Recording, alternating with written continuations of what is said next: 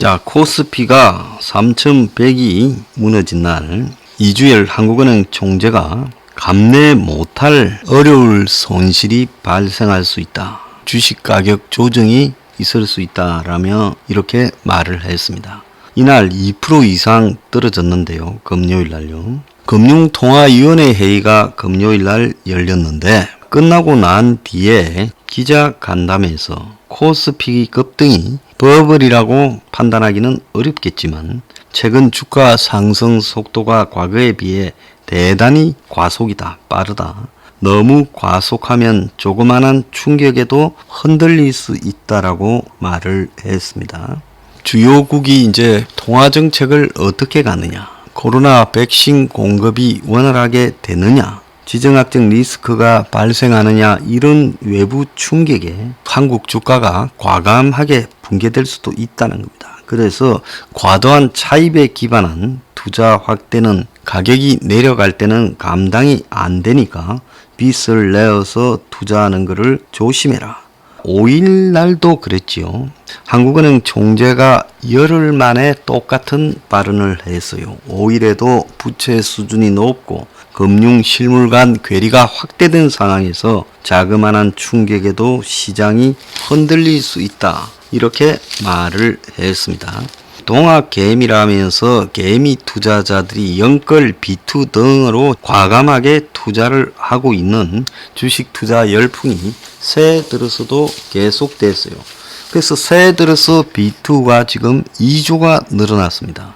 그러니까 정권사들이 당황해가지고 주식 대출을 중단해 버렸어요.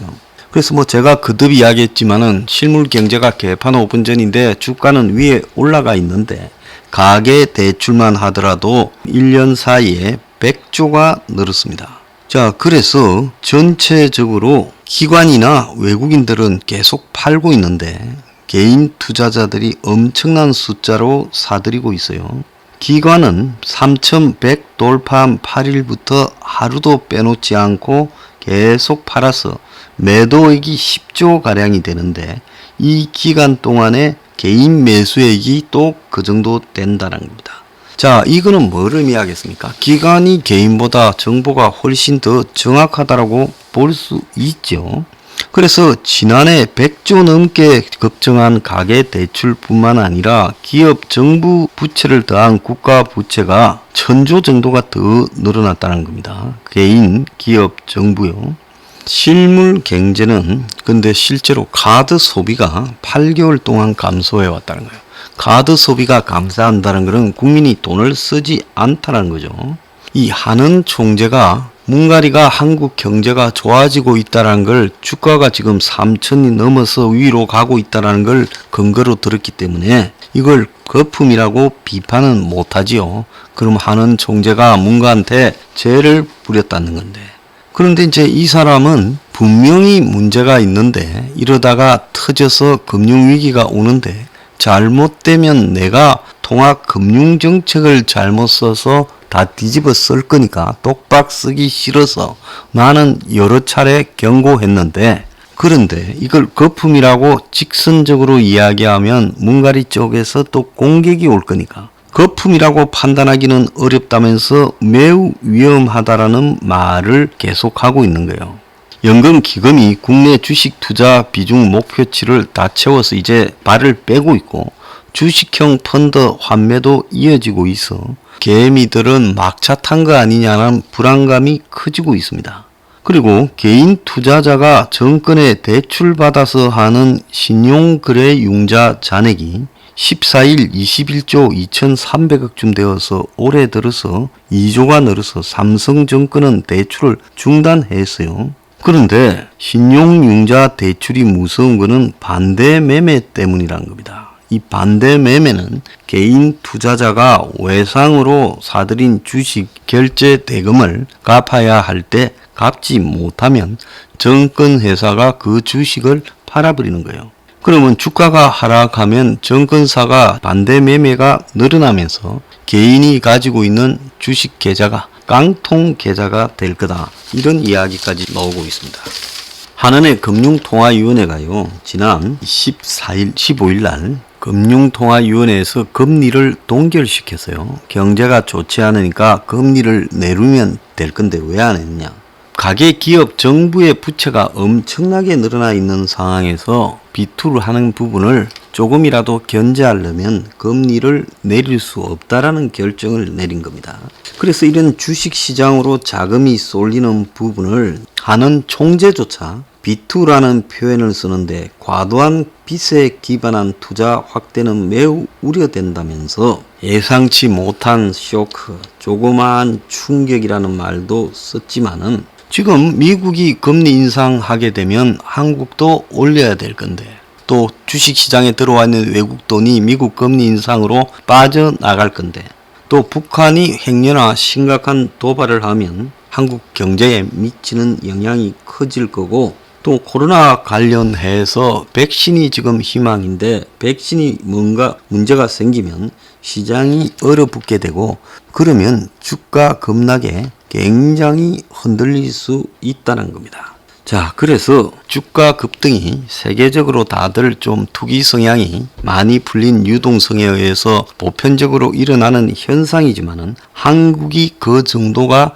너무 심하고 속도도 가팔르어서 코로나가 1차 대확산으로 주가가 폭락했던 자능년 3월 이후 이달 14일까지 미국은 64.7, 유럽은 42.9, 중국은 29.9, 일본은 73.4인데 한국은 101.1이라는 거예요.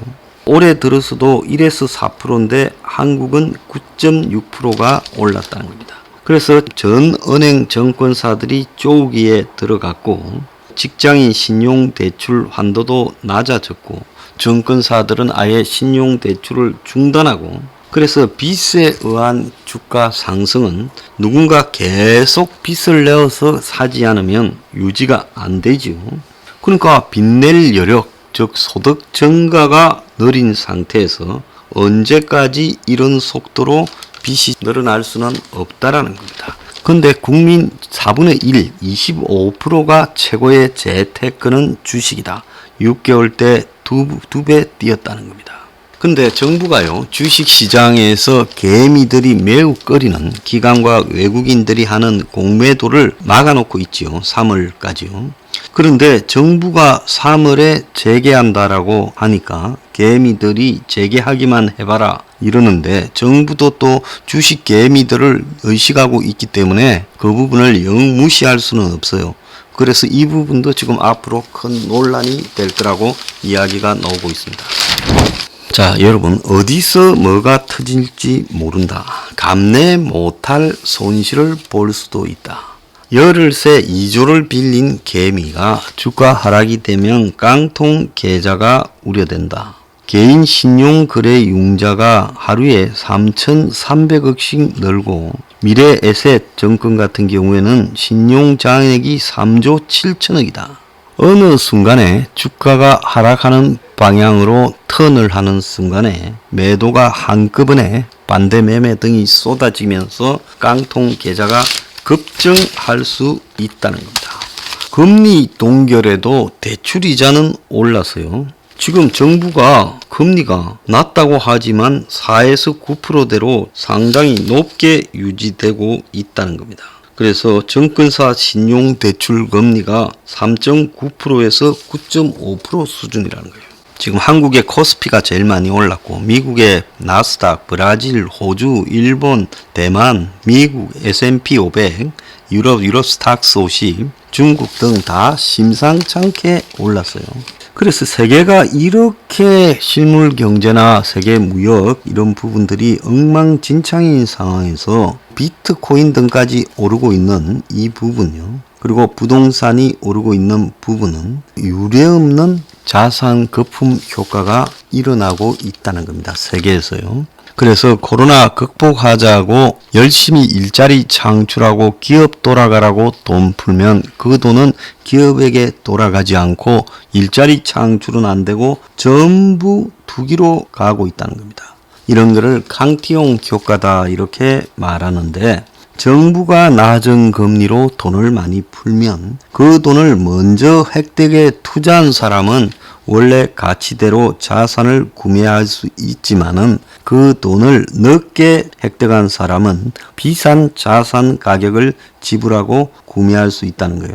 뒤늦게 투자한 사람의 재산이 먼저 투자한 사람에게 이전되는 자산 재분배 현상이 일어나므로 결국 투자자들은 이제 마지막 투자자들은 패닉 바잉에 빠질 수밖에 없고, 그러면서 남보다 좀 더 빨리 자산을 선점한다고 애를 쓰다가 빚을 지게 된다는 겁니다.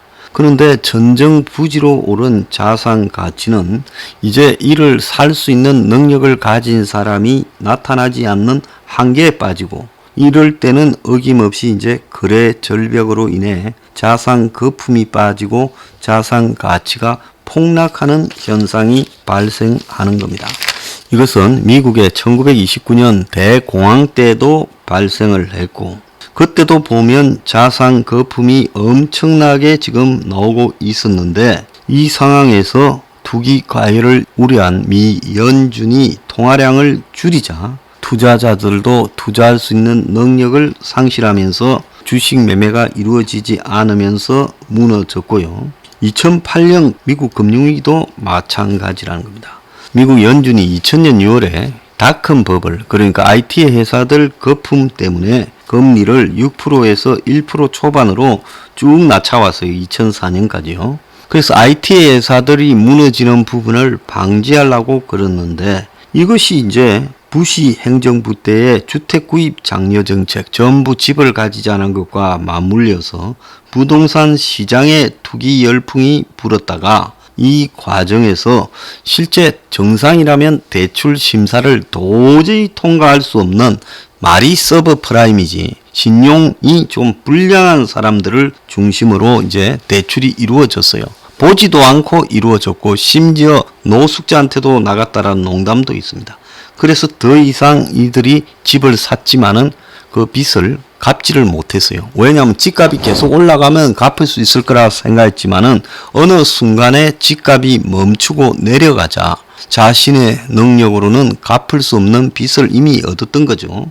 그래서 결국 은행 담보물인 주택을 팔아도 주택을 살려는 사람은 나오지 않고, 그러니까 은행도 손해, 집주인은 쫓겨나는 이런 상황이 벌어졌다는 겁니다. 근데 포스트 코로나 이후에 2008년부터 2009년까지 1년 반 동안의 미국의 부동산 위기, 서브프라임 모기지 사태에서 불려나온 통화량이 1조 달러였는데 2020년 코로나 위기에서 한 해 동안 불려나온 돈이 4조 달러라는 겁니다. 이러니까 엄청난 통화량이 밖에 나왔지만은, 그런데 통화량 유동 속도는 사상 최악으로 유동성의 함정에 빠져서 돈은 돌지 않는다는 거예요. 왜 안 도냐? 전부 주식하고 부동산을 사놓으니까 소비 투자 등으로 돌지가 않는다는 거예요. 그래서 세계 경제는 이제 대공황 위기 직전에 와 있다는 게 제 생각이고요. 이게 한번 터질 때 무슨 일이 생길지 모른다는 거예요.